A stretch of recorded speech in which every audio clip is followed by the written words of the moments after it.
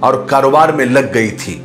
یہ مکہ کے بہت اونچے خاندان سے تھی، لیکن اس قدر پاکباز اور نیک خاتون تھی کہ لوگوں نے انہیں طاہرہ یعنی پاکباز کا لقب دے رکھا تھا، اور اسی نام سے یعنی طاہرہ نام سے ہی پکارا کرتے تھے۔ حضرت خدیجہ مالداری اور نیکی کے ساتھ خوبصورت اور ذہین بھی تھی، جسے آج کل لوگ کہتے ہیں نا بیوٹی وتھ برین جسے کہا جاتا ہے، ان ساری خوبیوں کی وہ مالک تھی۔ ان ساری خوبیوں کی وجہ سے ہی مکہ کے تمام بڑے بڑے لوگ اور سردار یہ چاہتے تھے کہ حضرت خدیجہ کے ساتھ ان کا نکاح ہو جائے، لیکن حضرت خدیجہ رضی اللہ تعالیٰ عنہ صاف انکار کر دیتی تھی، کیونکہ انہوں نے ابھی شادی نہ کرنے کا پکا ارادہ کر لیا تھا، اور وہ اب صرف اپنے کاروبار میں اور اپنے بزنس میں ہی دھیان لگاتی تھی۔ حضرت خدیجہ رضی اللہ تعالیٰ عنہ لوگوں کو اپنا مال دیتی تھی، اور لوگ وہ مال لے جا کر ملک شام میں بیچتے تھے، تجارت کرتے تھے، اور جو کچھ نفع ہوتا تھا اس میں سے کچھ نفع جو پہلے سے فکس ہوتا تھا، مقرر ہوتا تھا، طے ہوتا تھا، وہ لوگوں کو دے دیتی تھی۔ اس سال بھی حضرت خدیجہ رضی اللہ تعالیٰ عنہ لوگوں کو اپنا مال دے کر ملک شام بھیج رہی تھی۔ جب یہ بات ابو طالب چچا ابو طالب کو پتا چلی تو انہوں نے حضور سے آ کر کہا۔ حضور اس بات پر تیار بھی ہو گئے، لیکن فرمایا تھا کہ اگر خدیجہ مجھے بلائے تو میں ضرور مل لوں گا۔ یہ بات حضرت خدیجہ رضی اللہ تعالیٰ عنہ کو کسی طرح پتا چلی، کسی نے جا کر بتا دیا کہ ابو طالب اپنے بھتیجے امین کو ملک شام بھیجنا چاہتے ہیں، تو حضرت خدیجہ رضی اللہ تعالیٰ عنہ کا تو خوشی کا ٹھکانہ نہ رہا، اس لیے کہ مکہ کا بچہ بچہ حضور کی نیکی کے گن گاتا تھا۔ اس وقت حضور کی عمر 25 سال ہو گئی تھی۔ یہ وہ وقت تھا جب مکہ کا کوئی شخص آپ کا نام نہیں لیتا تھا، بلکہ آپ کی سچائی، آپ کی امانت داری کی وجہ سے آپ کا نام امین ہی پڑ گیا تھا۔ حضرت خدیجہ رضی اللہ تعالیٰ نے فوراً آپ کو بلایا اور کہا کہ میں آپ کی سچائی، امانت داری اور نیکی کی شہرت میں نے بہت سنی ہے، اس لیے میں آپ کو اپنا تجارتی مال دے کر ملک شام بھیجنا چاہتی ہوں، اور جتنا نفع میں دوسروں کو دیتی ہوں اس سے دوگنا آپ کو دوں گی، یعنی ڈبل آپ کو دوں گی۔ حضور پاک صلی اللہ علیہ وسلم نے حضرت خدیجہ رضی اللہ تعالیٰ عنہ کی یہ آفر کو قبول فرما لیا، اور جا کر چچا ابو طالب کو یہ بات بتائی تو چچا ابو طالب بہت خوش ہو گئے اور فرمایا کہ خدا نے تمہارے لیے روزی کا انتظام کر دیا ہے۔ جب قافلہ جانے کا وقت آیا تو حضرت خدیجہ طاہرہ رضی اللہ تعالیٰ عنہ نے اپنے غلام میسرہ کو آپ کے ساتھ کر دیا، اور میسرہ سے کہا اور تاکید کی کہ تم محمد امین کے ساتھ جا رہے ہو، لیکن یاد رکھو ان کی کسی بات کی مخالفت مت کرنا، خلاف ورزی مت کرنا، ان کی ہر بات ماننا اور ان کی رائے، ان کے مشورے پر ہی چلنا۔ میسرہ نے کہا کہ ٹھیک ہے۔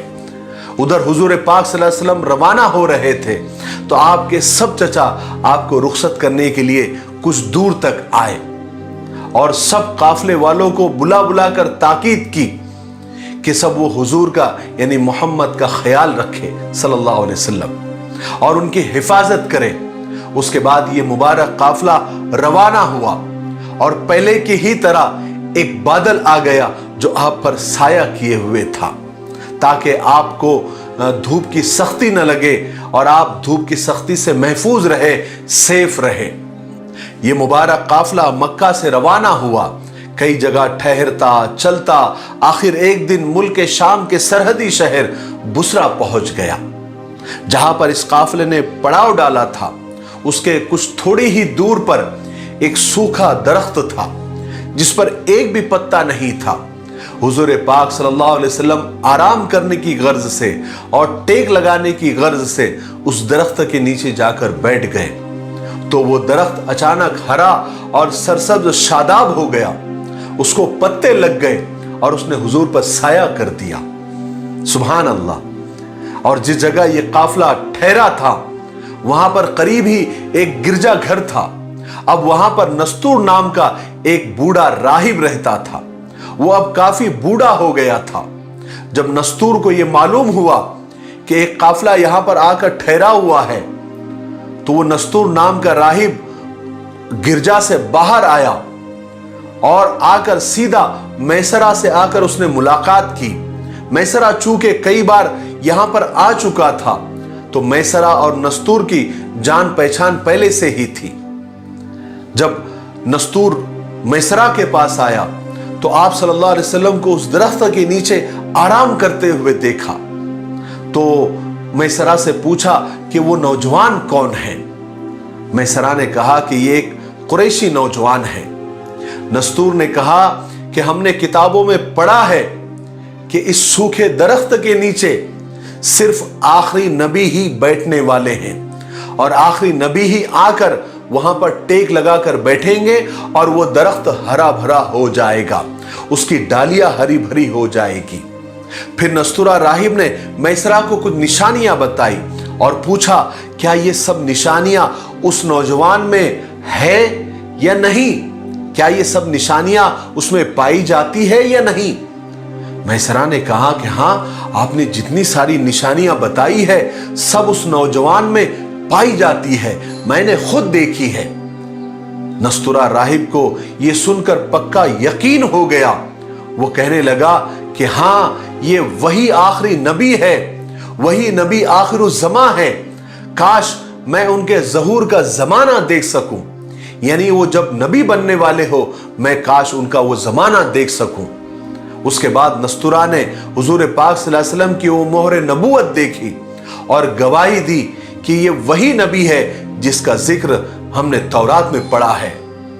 میسرہ ان سب باتوں کو دیکھ کر حیران ہو رہے تھے، اور ادھر جس طرح بصرہ کے بازار میں حضور پاک صلی اللہ علیہ وسلم نے پہلی بار لین دین کیا اور تاجروں کے ساتھ معاملات اور ویوہار کیے جیسا کوئی بہت بڑا تجربے کار تاجر اور بزنس مین کیا کرتا ہے، جہاں پر لوگ دھوکہ دے کر، جھوٹ بول کر، کم تول کر پیسہ کمانے کے چکر میں ہوتے ہیں، دولت کمانے کے چکر میں ہوتے ہیں، وہاں پر حضور پاک صلی اللہ علیہ وسلم نے ایمانداری سے جھکتا تول کر ایک نیا ریکارڈ بنا دیا۔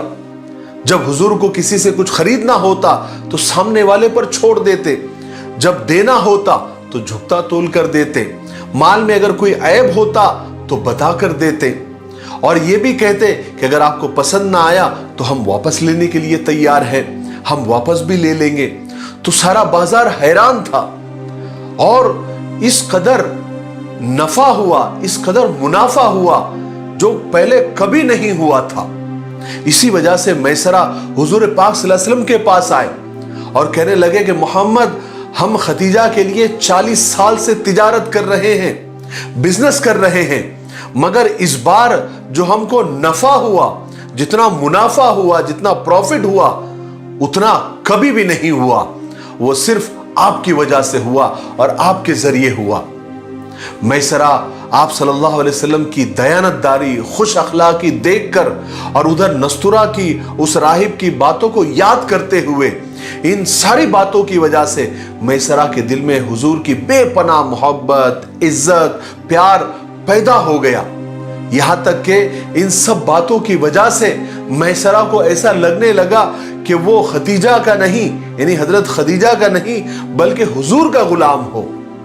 حضور پاک صلی اللہ علیہ وسلم کو اس تجارتی سفر اور اس بزنس ٹور سے خوب منافع ہوا، خوب فائدہ ہوا، جس سے حضرت خدیجہ رضی اللہ تعالیٰ عنہ کی تجارت اور بزنس کو خوب ترقی ہوئی۔